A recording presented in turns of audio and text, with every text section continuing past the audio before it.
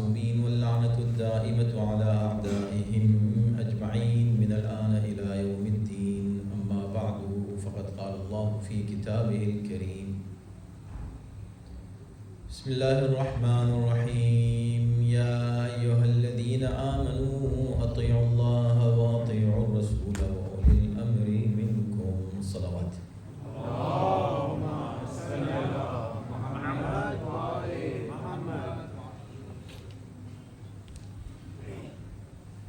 Faith and reasoning, this is the topic that we are discussing. And Alhamdulillah, we reached to a point after a step-by-step discussion to a level where we can say that we have two references instead of only one. Until now, we had only one reference, and it was reasoning. So we're talking based on reasoning and logic, anything to analyze it, to really check everything if it is right based on common sense or not. But from today, we'll have two references, one reasoning and one revelation. Revelation means something that was revealed by Allah subhanahu wa ta'ala. Why? We have two references from today, because until now we were discussing the issues like the necessity or the need of religion, and then oneness of God, existence of God, then oneness of God, then justice of God, and then the prophethood, and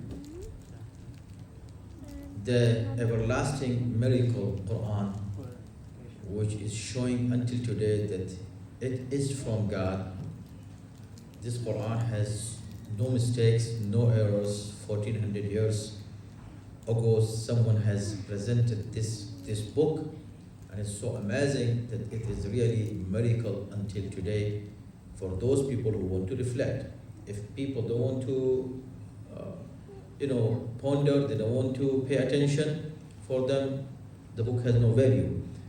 But if you really reflect and do research and be unbiased, then you will conclude that this book cannot be presented by a human being. It should be from God. And God is who? Allah subhanahu wa ta'ala.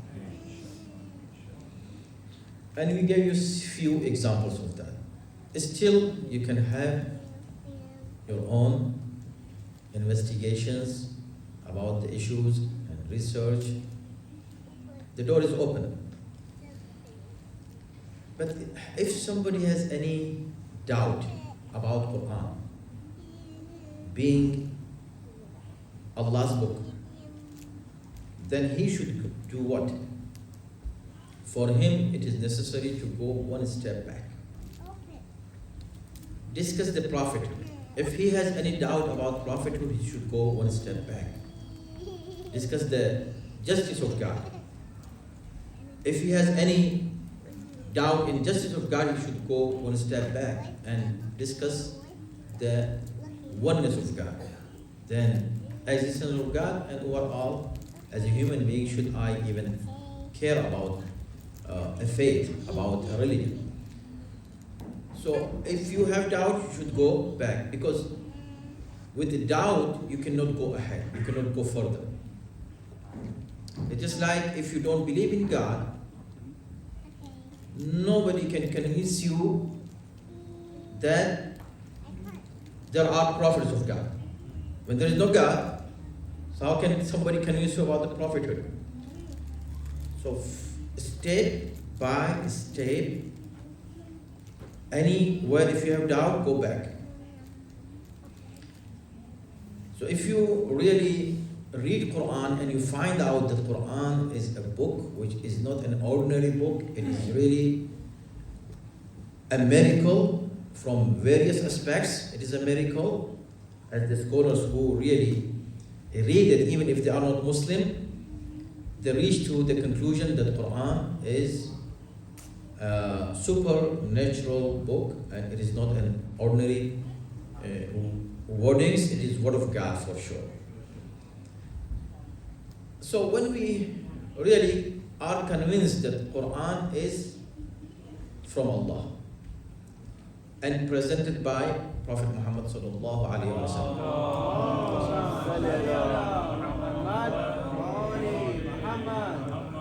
One more salawat.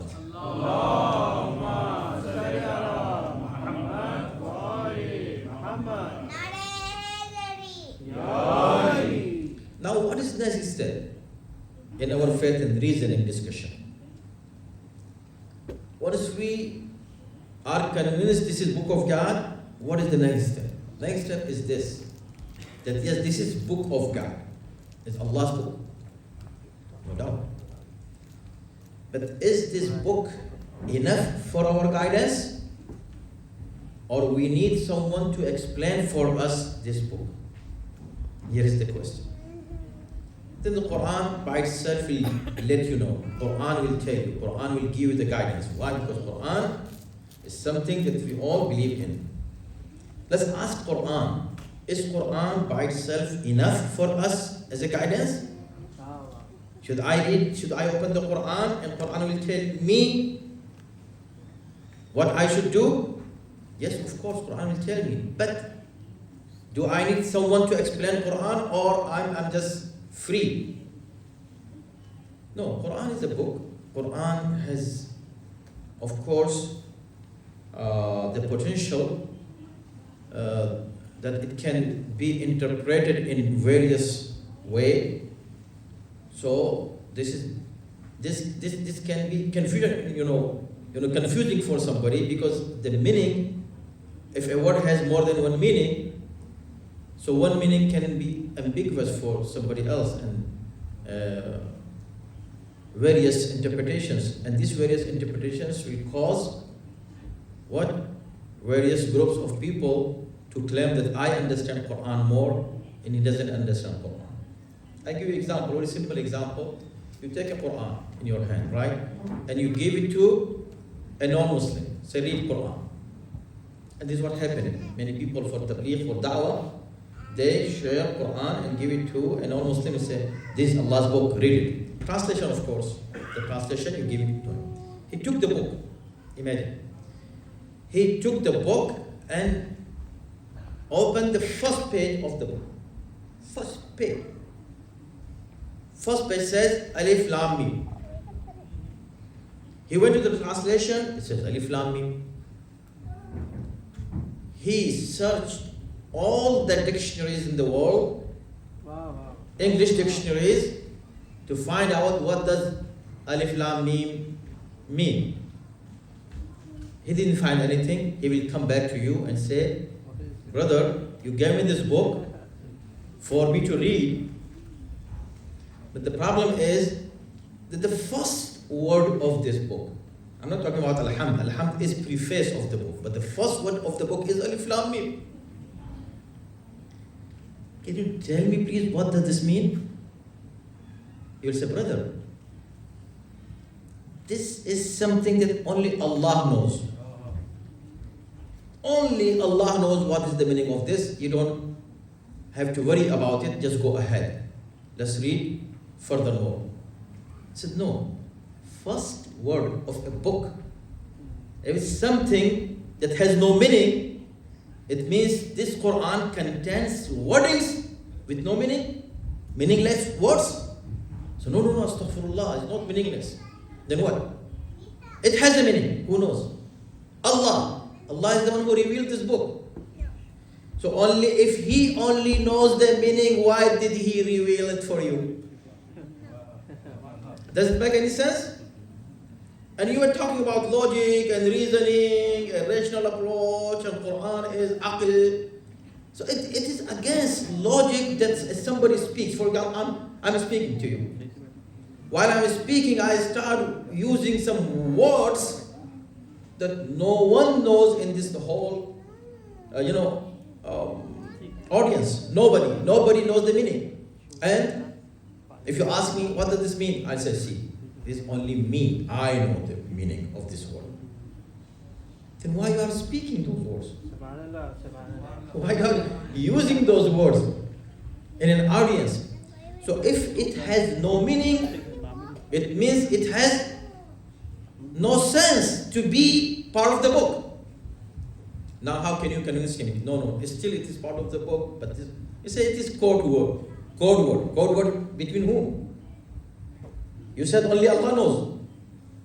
If only Allah knows, then what? So okay, read ahead, don't worry about it. Okay, let me read the next sentence. He started reading the next sentence, and next sentence says, ذَلِكَ الْكِتَابِ, it is the book, هُدًى لِلْمُتَّقِينَ.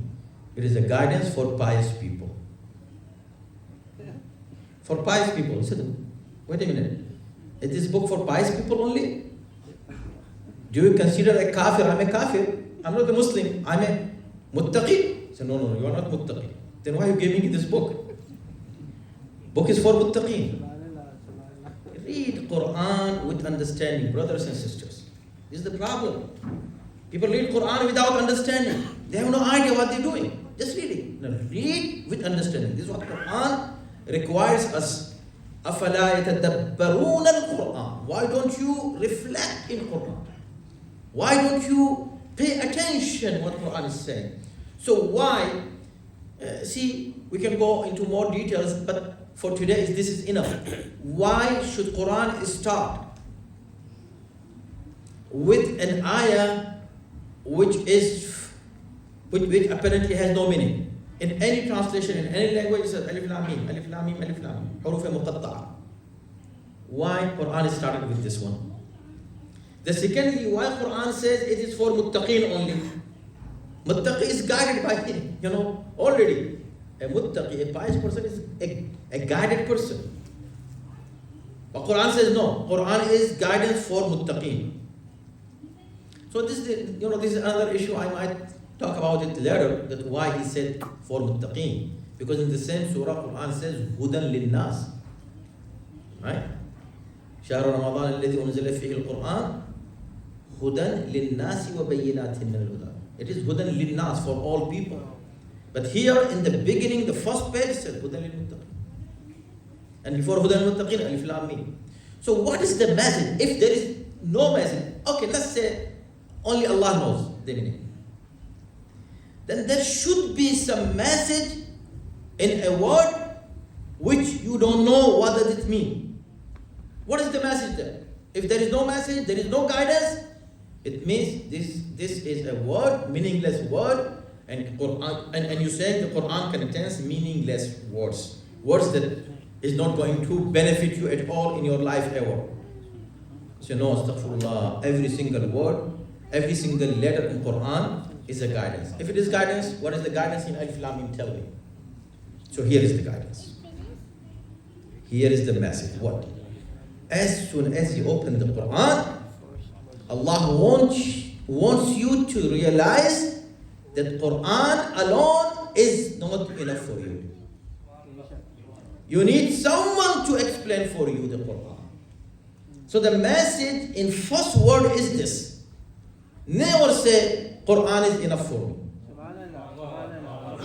Never say. If you say Quran is enough for you, tell me what does this mean.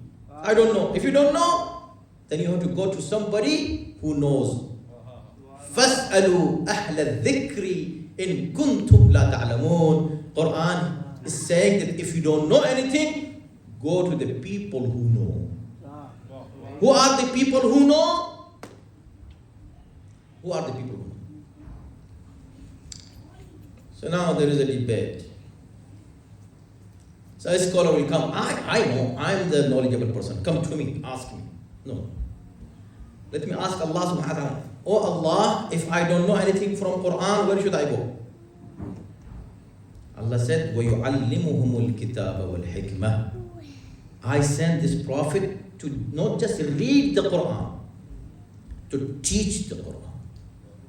Who is teaching Quran? يَتْلُو عَلَيْهِمْ آيَاتِهِ. First he is reading, then he is teaching.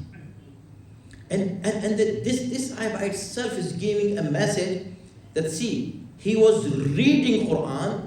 After reading, if you are, see, I'm speaking in English.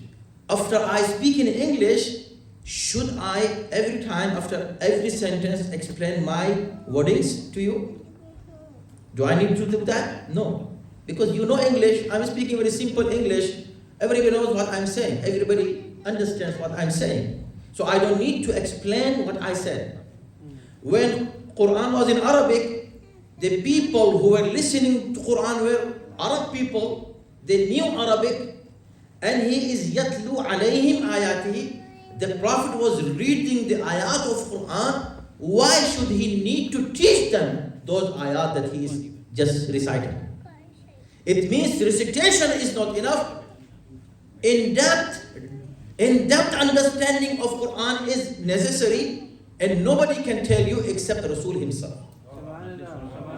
So he is going to read, not just reading, he is going to teach. Which means that just reading of Quran or recitation of Quran was not enough for the people of the time of the Prophet, Sahaba. For Sahaba, it was not enough. And Sahaba needed ta'lim. They needed teaching from Rasulullah subhanahu wa ta'ala to explain for them. Rasul of Allah subhanahu wa ta'ala to explain for them what he was reciting. They needed explanation. Who? Sahaba. When Sahaba needed explanation from Rasulullah, how can you alone understand Quran? Say salawat Muhammad alayhi.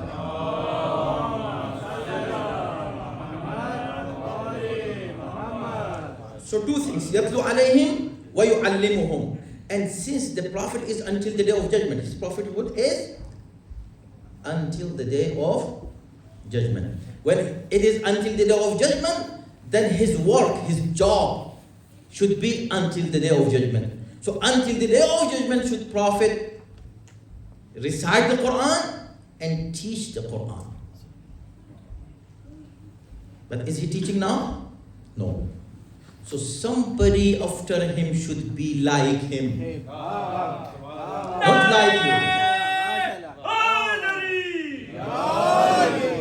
Not somebody like you or like me. No, like him who should explain Quran for us.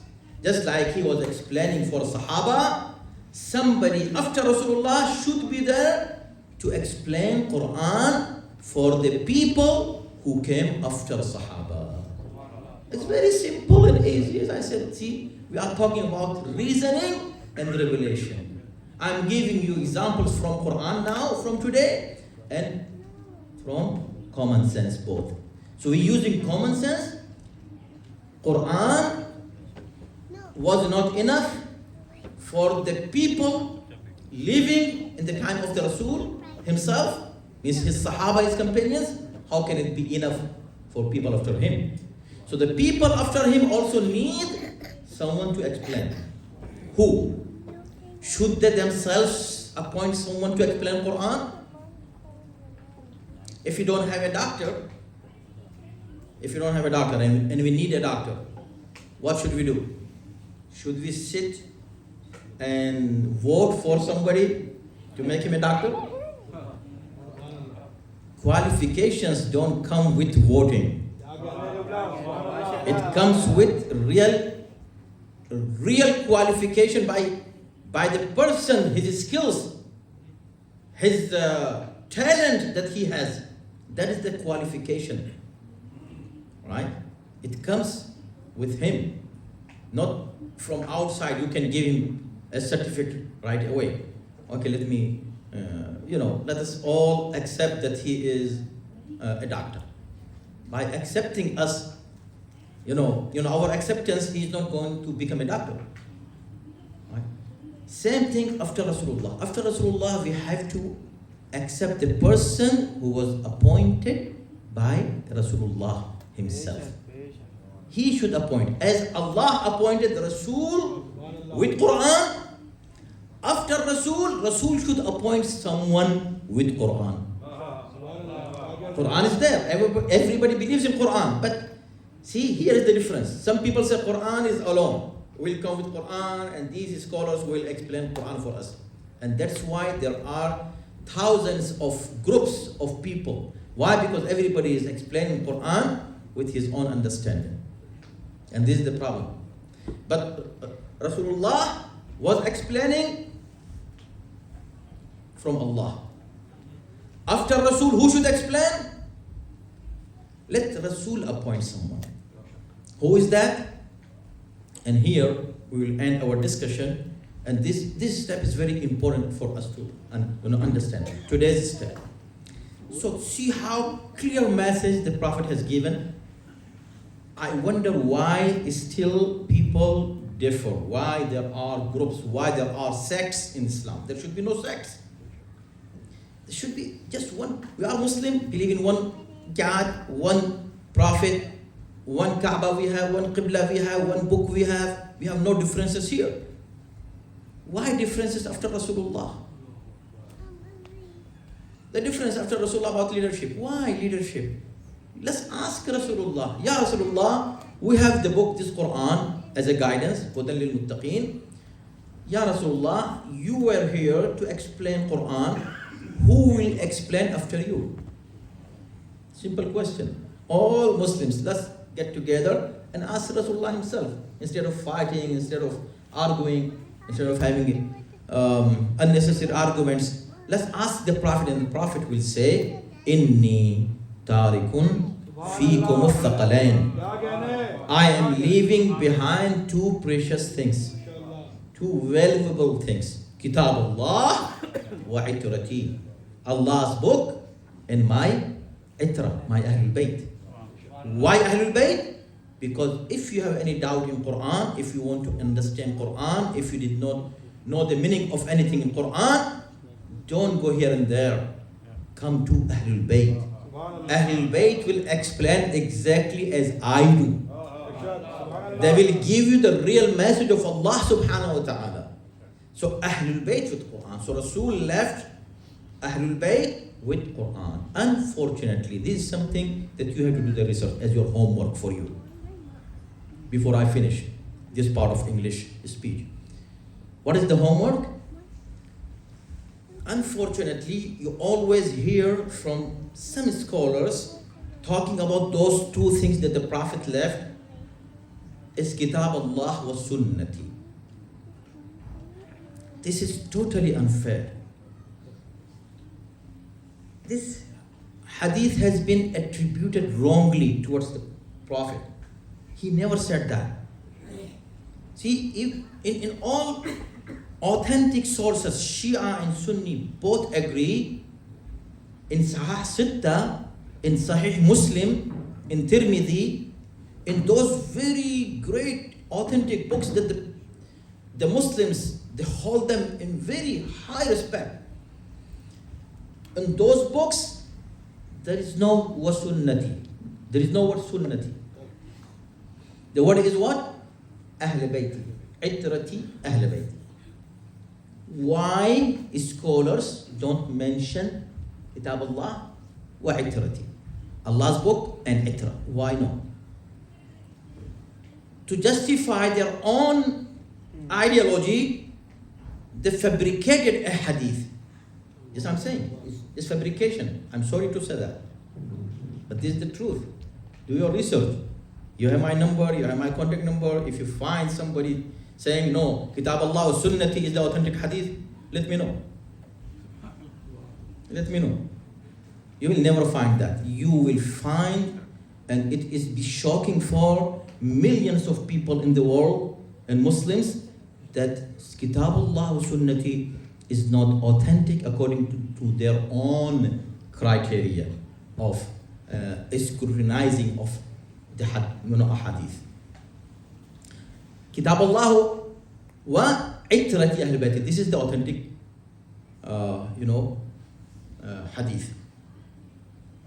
So Rasulullah has made it clear, after me the guidance, you can find guidance either from Quran or AhlulBait. Both of them together. Quran and AhlulBait. Not third one, nothing else is there. Only these two. So he confined the guidance in this parameter of Quran and AhlulBait only. You cannot leave them. If you leave any of these two, you will never find guidance. And this is what we're saying. So Allah is there, Allah is one, Allah is just, Allah sent prophets, Allah sent a book. Quran is from Allah, Quran is miracle, and after Rasulullah, Quran is guidance with AhlulBait for Ummah, for us as Muslims. So we have to stick with Quran and AhlulBait. Sallallahu Muhammad wa